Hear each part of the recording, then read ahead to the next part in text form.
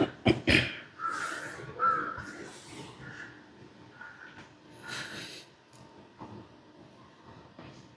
ู้ที่เข้าถึงธรรมเข้าถึงความจริงแล้วเขาสิบ่ไปยุ่งเขาสิบ่ไปแสดงความคิดเห็นกับธรรมะผู้อื่นที่เขาเจ้าแสดงมาสอนมาดอกนี่พูดถึงยอดมันซะก่อนสำหรับคนผู้เพิ่นเข้าถึงธรรมแล้วเพิ่นสิบ่ไปยุ่งไปก้าวไก่โดยความรู้สึกจริงๆสิบ่มีความเข้าไปยุ่งไปก้าวไก่เพราะเขาเจ้าเข้าถึงความจริงความจริงคืออนิจจังทุกขังอนัตตาความจริงคือบ่ควรก็ไปยึดมั่นถือมั่นความจริงคือเพิ่นรู้แหละว่าสิ่งใดสิ่งหนึ่งเกิดขึ้นเป็นธรรมดาสิ่งนั้นก็ดับเป็นธรรมดาบ่ควรก็ไปยึดความจริงคือสัตว์โลกเป็นตามกรรมความจริงคือบ่อาจสามารถที่จะปล่อยวางความยึดมั่นถือมั่นให้ใครได้ความจริงคือเพิ่นบ่สามารถที่จะไปแก้ความเกิดความแก่ความเจ็บความตายให้ใครได้บ่ไปแก้ความเห็นไผได้บ่บังคับความเชื่อไผได้นี่จะแปลว่าผู้เข้าถึงความจริงผู้เข้าถึงธรรมเจ้าสิในความรู้สึกจริงๆสิบ่มีสิบ่เข้าไปยุ่งนี่คือว่าเอายอดสำหรับผู้เขาเจ้าถึงความจริงเข้าถึงธรรมเขาเจ้าสิบ่เอาความจำไปบังความจริงของเขาเจ้าเองเลยเลิศผู้รู้เขาว่าเขาเจ้ารู้แล้วถึงแล้วตามความเป็นจริงแล้วสิบ่ก้าวไกลสิบ่เข้าไปยุ่งสิบ่เข้าไปยืนยันตัดสินผิดถูกยืนยันตัดสิน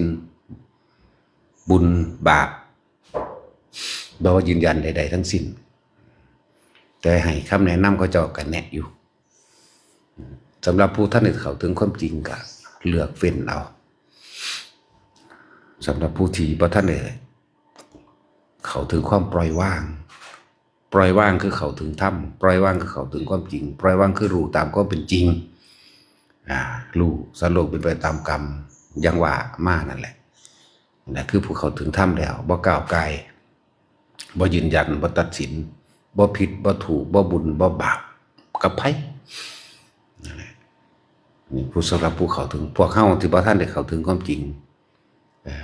ก็ไปแนวคัดลองแนวทางเดียวกันคือเฮาสิเข้ามาสังเกตความรู้สึกของตัวเองเฮายังมีอารมณ์ความรู้สึก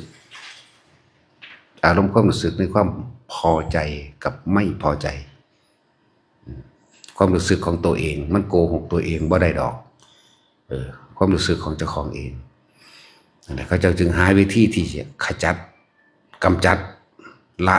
ความเห็นของตัวเองว่าผิดว่าถูกว่าพอใจและไม่พอใจเขาเจ้าสิเฝ้าสังเกตความคิดเจ้าของเองเด้เขาเจ้าสิสังเกตตัวนี้ได้บัดนี้ตราบใดที่เขายังมีความคิดและเขาไปยืนยันตัดสินในผิดในถูกตราบนั้นอารมณ์ความรู้สึก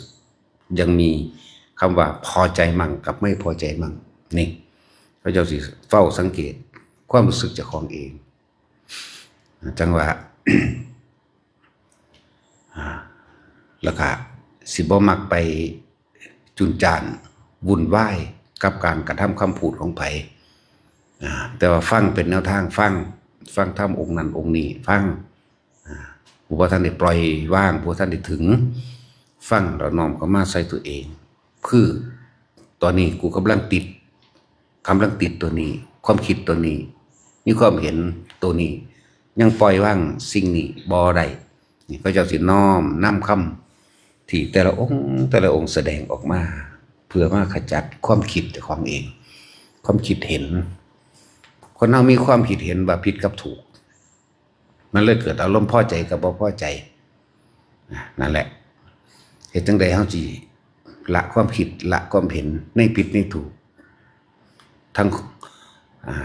ของตัวเองนี่แหละจึงบอกว่าผู้เพิ่นเข้าถึงความจริงแล้วไม่ผิดไม่ถูกไม่จริงไม่เท็จคำว่าว่างจึงจะเกิดขึ้นในความรู้สึกของเขาเจ้าใดความรู้สึกนั้นบ่เป็นความรู้สึกดอกแต่ว่าเราก็ต้องใส่คำเบาอธิบายเปรียบเทียบเปรียบเปรยให้นัยยะความรู้สึกที่บ่มีความรู้สึก อย่างว่าคนที่รู้ธรรมแล้วเขาถึงธรรมเขาถึงความจริงเขาจะบ่ยุ่งเขาเจ้าก็นำสิ่งที่ประสบการณ์ที่เขาเจ้าเห็นที่เขาเจ้ารู้ที่เขาเจ้ามีประสบการณ์มาบอกเป็นแนวทางให้ซื่อๆเด้แต่ส่วนผู้ฟังนั่นที่นำทำตามหรือบ่ทำตามเขาเจ้าก็บ่ได้บังคับได้นี่คือเจ้ารู้จริงแล้วบังคับบ่ได้บังคับความคิดเห็นของไผบ่ได้จึงเฝ้าสังเกตพยายามความคิดเจ้าของเองเขาเจ้าจึงน้อมที่สิมาอยู่กับตัวเองคือลมหายใจเลยเอิ้นว่าเป็นผู้มีความคิดถึงสติปัฏฐาน4คิดถึงลมหายใจของเจ้าของเขาออกมั่งคิดถึงเวทนาคือความรู้สึกในกายตัวเองมั่งคิดถึงเวทนาในเวทนาของตนเองมั่งเวทนาของตนเองเวทนานอกเป็นจังไดเวทนานอกเจ็บแสบปวดร้อนหนาวพอใจหรือบ่พอใจในความเจ็บแสบปวดร้อนหนาวหิวหรือบาดเจ็บหรือป่วยพอใจหรือบ่พอใจนี่นอกเด้นี่ส่วนในเวทนาในหมายถึงความรู้สึกอันเดียวนั่นแหละสุขเวทนาพอใจทุกขเวทนาบ่พอใจนี่ตัวในมันเหตุจังใดคำว่าอุเบกขาเวทนาจึงจะหาเจอถ้ารู้เท่าทันความจริงเดะกายนี่บ่เป็นของเฮารูปร่างกายอันนี้ถ้ามันเป็นของเฮามันต้องบังคับได้บ่ให้ปวดบ่ให้ปวดหัวบ่ให้ปวดแขวบ่ให้ปวดท้องบ่ให้เจ็บแข้งเจ็บขาบ่ให้หิวบ่ให้ร้อนบ่ให้หนาวคือเข้าถึงความจริงแล้วครับมันบ่เป็นของเฮามันเลยบังคับบ่ได้ทีนี้ก็เข้าใจในการว่าสิ่งนี้ควรสิ่งนี้ไม่ควรซื่อสิ่งนึงถ้ามันปวดหัวก็หายามากินแก้ปวดหัวนี่มันแค่ประคองไปสำนีปวดท้องก็หายามาปวดท้องนั่นนี่ก็ไปหาหมอนั่นแหละเพราะเขาเจ้าจะสังเกตว่าเวทนาในเวทนาบ่มีผู้ใดพอใจจะค้นดอกเจ็บปวดป่วยเฒ่าแก่ชราบ่มีไผพอใจแต่ว่าเฮาเข้าถึงความจริงแล้วว่าบ่เป็นของเฮาบ่เป็นของตนบังคับบ่ได้มันก็เลยยอมรับไปตามสภาวะตามความมันเป็นจริงสุดท้ายมันก็ต้องเสื่อมสลายตายแน่ผู้อื่นก็ตายเฮาก็ตายผู้อื่นก็ตายมันเลยยอมรับเมื่อมันยอมรับเลยว่างจิตเป็นอุเบกขาถ้ามีความรู้สึกทางกายเก็บไข้ร้อนหนาวป่วยก็รักษาไปตาม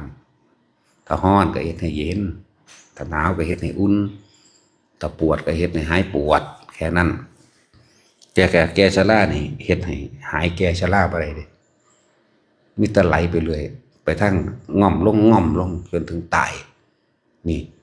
แก้บ่ได้บ่คือปวดหัวบ่คือปวดแขวนี่ต้องยอมรับมันยอมรับก็สบายใจถึงตัวยอมรับแล้วก็บ่มีหยังมาต้องยุ่งต้องของเขาเจ้าบ่รู้หยังเวอร์คือพวกเขาคิดดอกเรียกดูว่ารูปร่างกายขันธ์ห้านี่บ่เป็นของเจ้าของบังคับบ่ได้แล้วก็ยอมรับรู้แล้วก็ยอมรับบ่ขัดบ่ขืนบ่ฝืนนั่นแหละรู้แล้วยอมรับลงจิตลงใจบ่มีข้อสงสัยใดๆในเรื่องว่ากายนี้ไม่เป็นของเราแน่นอนบ่สงสัยนั่นแหละบ่ว่ามันบ่มีเครื่องป้องกันความชราและความตายได้เด้ส่วนความเจ็บความปวดความป่วยยังพอมียาบรรเทาได้นะซึ่งว่าเพิ่นบ่ได้อีหยังมากดอกรูปขันธ์ห้ารูปไม่เที่ยงเวทนาไม่เที่ยงสัญญาไม่เที่ยงสัญญาสังขารปรุงแต่งต่างๆในกายสังขารก็ไม่เที่ยงในวิญญาณแปลว่าการรับรู้ของวิญญาณกายรับว่าร้อนรับว่าหนาวรับว่าหิวรับว่าปวดนั่นเองไม่ใช่สิ่งที่เราบังคับได้ไม่เป็นไปตามอำนาจความอยากให้มันเป็นเลยยอมรับร้อนก็ทำให้เย็นหนาวก็เฮ็ดให้อุ่นปวดหัวก็หายามากินบาดเจ็บก็ไปหาเนี่ยมาใส่แผลแค่นั้นเรื่องภายในคือยอมรับแล้วบ่ยึดแล้วบ่คล้องแล้วนั่นแหละ เลยว่ากายในกายอันหนึ่งเพิ่นก็เลยเกาะอยู่กับกายอันหนึ่งคือลมหายใจเวทนานอกรู้แล้วคือร่างกายในคือพอใจกับบ่พอใจแล้วก็เข้าใจมันยอมรับมันแล้วพอใจกับบ่พอใจบ่มีรู้วางจิตเป็นกลางรักษาไปตามอาการอยู่ไปตามอาการ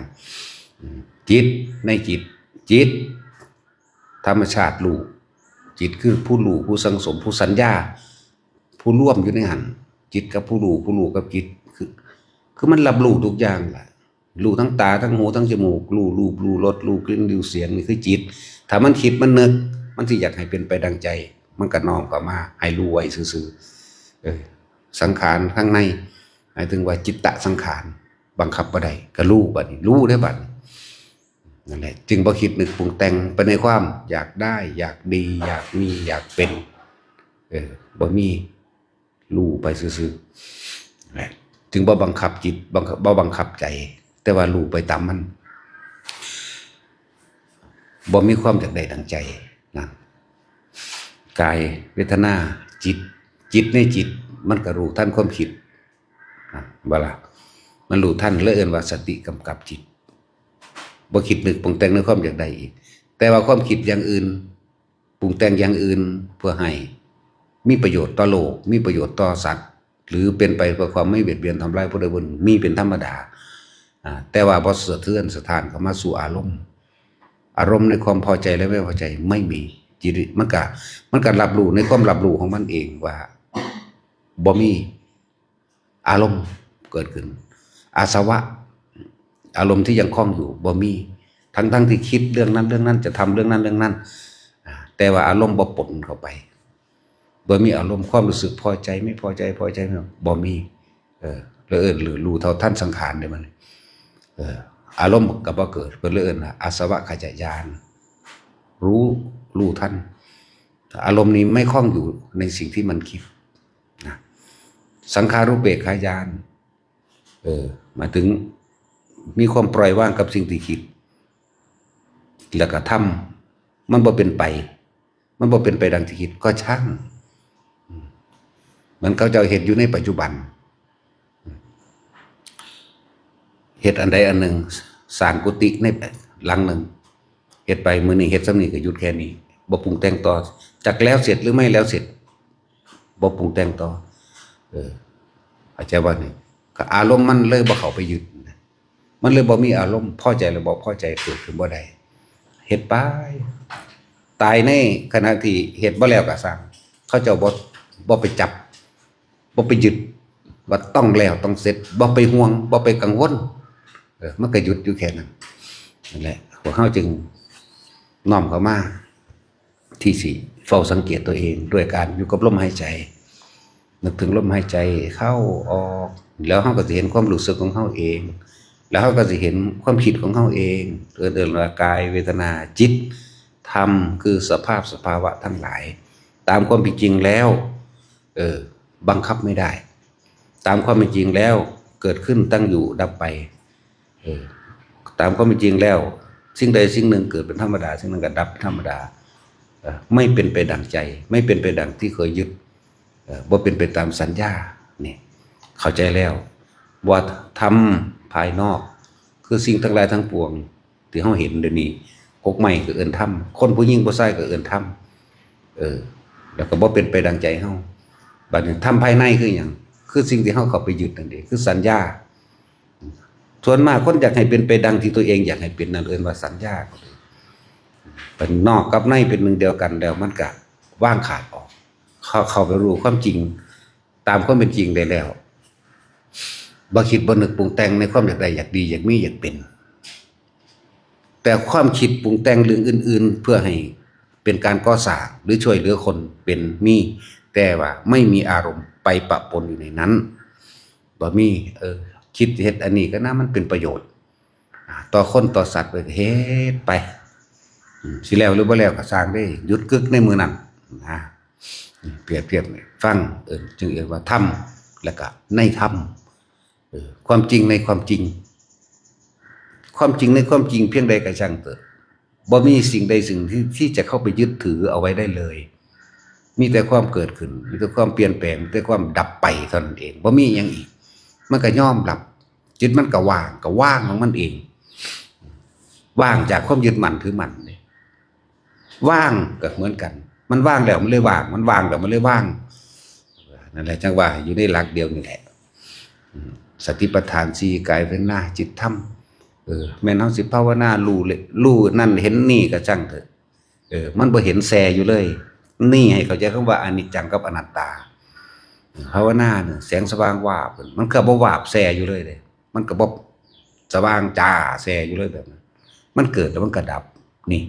ให้ฮู้ให้ทันความคิดมันแค่เกิดมันแค่ดับอย่านำหมายมันเกิดอยู่ตลอดบ่มีอีหยังที่เกิดขึ้นแล้วสิบ่ดับบ่เสื่อมบ่สูญสลายจากอันจากอย่างบ่มีเลยเฮาเข้าใจเฮายอมรับธรรมทั้งหลายทั้งปวงนั่นก็เป็นธรรมชาติอันหนึ่งเกิดดับและตัวละเอียดมันน่ะเฮาก็ต้องจดจ่ออยู่ในสังเกตความคิดเจ้าของเองล่ะแต่ก็ต้องผ่านลมหายใจเรียกว่ากายในกายหนึ่งเวทนาแล้วก็เวทนานอกและเวทนาในเวทนาในเวทนาจิตคิดปรุงจิตรับรู้เบิดทุกอย่างแต่ว่าจิตในจิตก็คือการคิดนึกปรุงแต่งแสวงหาในความอยากได้ดีมีเป็นเฮาก็สังเกตมันแล้วเฮาก็สิเห็นความจริงโดยธรรมชาติทั้งหลายทั้งปวงมีความเกิดขึ้นเป็นธรรมดามีความดับเป็นธรรมดาสัพเพธัมมานารังเป็นนิพพะยะนี่ไม่ควรเข้าไปยึดมั่นถือมั่นเพราะสิ่งทั้งหลายทั้งปวงคำว่าทั้งหลายทั้งปวงก็คือทั้งเบิดในโลก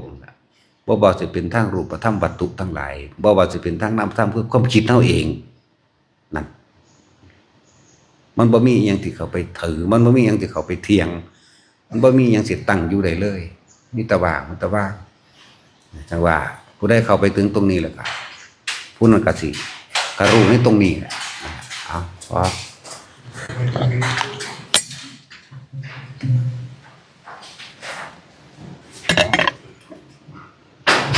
ยะถาวะปุราปาริปุสาคลังเอวะเมวะทิโตทินังเปตานังอุปกัปปติยิทธิตังปัจจิตังตุมหังคิปะเมวะสมินทันตุสัพเพปุรินตุสังกัปปะจันโทปนะระโตยะธามณิโชติระโตยะธาสัพพิติโยวิวัชชันโกสัพพะโลกวินาศโตมาเตภวัตวันตรายโยสุขีติขายุโกภวะอาภิวาทนาสิริสานิจังพุทธาปัจจายิโน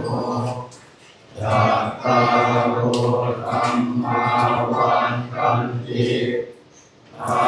ยุวันโนสุขังภา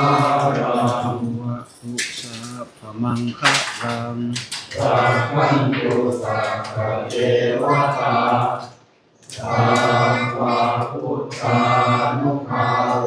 นะสัพพะโสติภวันตุเตภาวะตุสัพพะมังคะรังสัพพันตุสัพพะเทวตาสัพพะธัมมานุภาเวนะสัพพะโสติภวันตุเตภาวะตุสัพพะมังคะรังสัพพันตุสัพพะเทวตาสัพพะสังฆานุภาเวนะสัพพะโสติภวันตุเต